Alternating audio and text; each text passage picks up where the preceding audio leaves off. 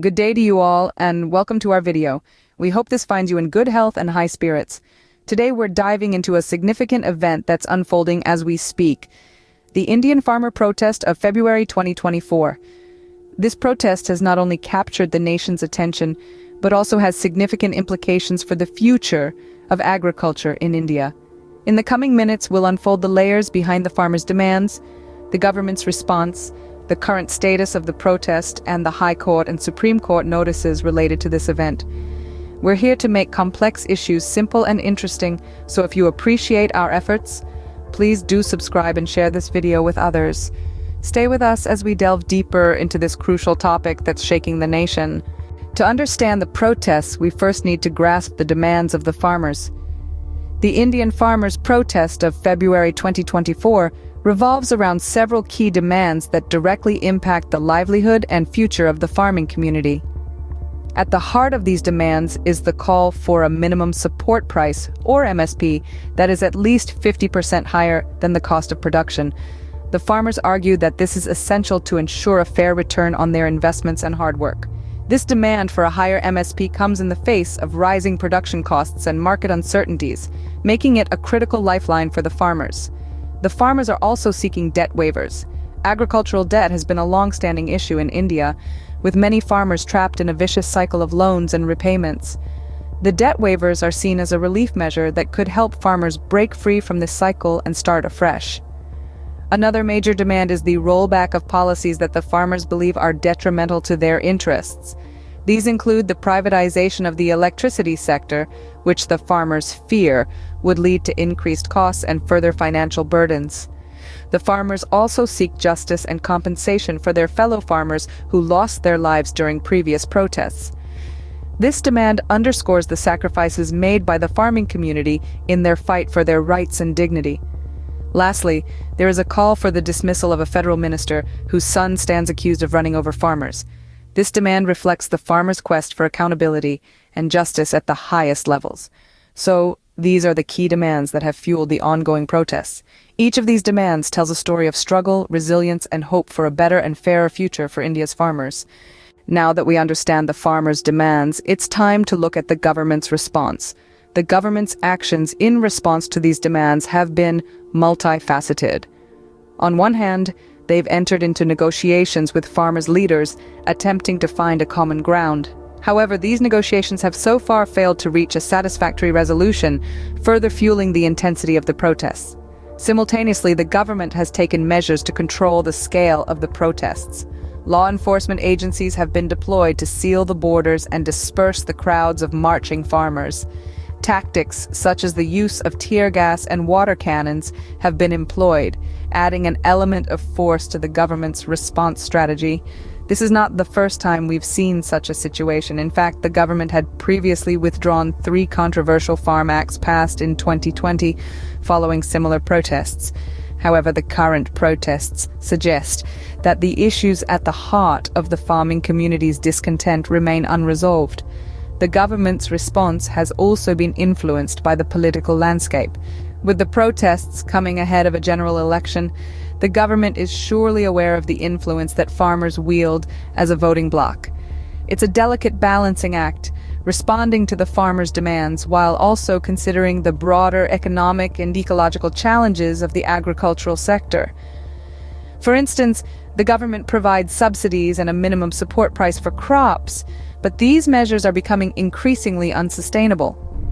The solution, according to some, lies in incentivizing farmers to shift away from rice and towards more ecologically appropriate crops. However, this requires a broader increase in non-farm employment opportunities. In conclusion, the government's response to the farmers' protests has been a complex mix of negotiation, control measures, and political maneuvering. The lack of a clear resolution to the farmers' demands has only intensified the situation. The government's response has in turn led to further escalation of the protests. With the government's response and farmers' demands on one side, let's take a look at the current status of the protests and the role of the judiciary. As we speak, the protests are far from over. Tens of thousands of farmers continue to march towards the capital city, undeterred by the police attempts to disperse them using tear gas and water cannons. The farmers' resolve remains steadfast, their voices echoing against the privatization of the electricity sector, demanding a legal minimum price for their crops that is at least 50% higher than the cost of production, and seeking just compensation for farmers who lost their lives during previous protests. The protests have inevitably disrupted daily life. Roads are blocked and the steady rhythm of the city has been replaced by the chant of protesters and the blare of sirens. Yet the farmers form an influential voting bloc and their concerns cannot be easily dismissed. Now let's turn our attention to the courts. The High Court and Supreme Court have both issued notices regarding the protests. Their intervention is crucial as it adds another dimension to the ongoing situation. These judicial bodies are examining the legality of the government's actions and the validity of the farmers' demands. Their decisions could potentially shift the balance of the situation and influence the government's course of action. It's important to note that the courts are not just passive observers. They play an active role in shaping the narrative and seeking a resolution.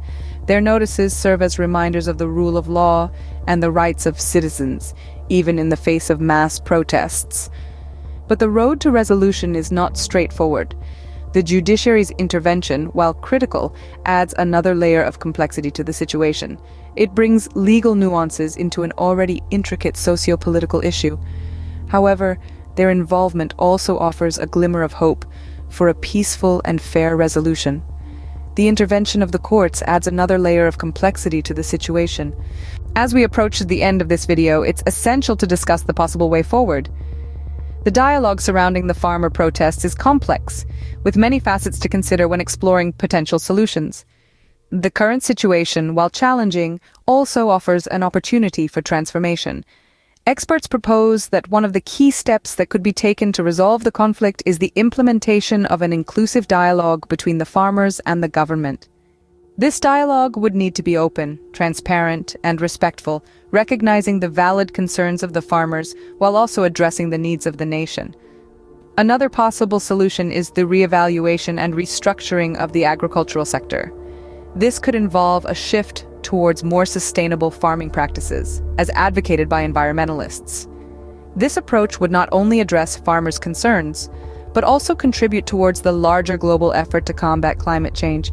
Public sentiment echoes these suggestions. People across the country are hoping for a peaceful resolution, acknowledging the vital role farmers play in society. There is a growing recognition that farmers' demands for fair prices, compensation, and better support systems are not just about their own livelihoods, but about the health and sustainability of the nation's food supply. It's crucial to remember that negotiation is key in resolving this crisis. Both parties need to be willing to listen, understand, and compromise. The farmers and the government must work together to find a solution that respects the rights and needs of the farmers while also ensuring the long-term sustainability of the agricultural sector. The road ahead is challenging, but with dialogue and understanding, a resolution is possible.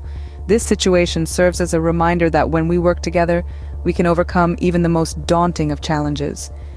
We hope that the coming days will see a resolution that honors the hard work and dedication of our farmers and leads to a more sustainable and equitable agricultural sector. We've come to the end of our exploration of the Indian farmer protest of February 2024. We've delved into the farmers' demands, the government's response, the current status, and the court notices. We've tried to present a balanced perspective, explaining each aspect as simply and interestingly as possible. Your engagement matters. The comment section is open for your thoughts and questions. Perhaps you have a unique perspective or there's something we missed. Don't hesitate to share your views. If you found this video enlightening, consider sharing it with your friends and family. It could spark a meaningful conversation. If you haven't already, do subscribe to our channel.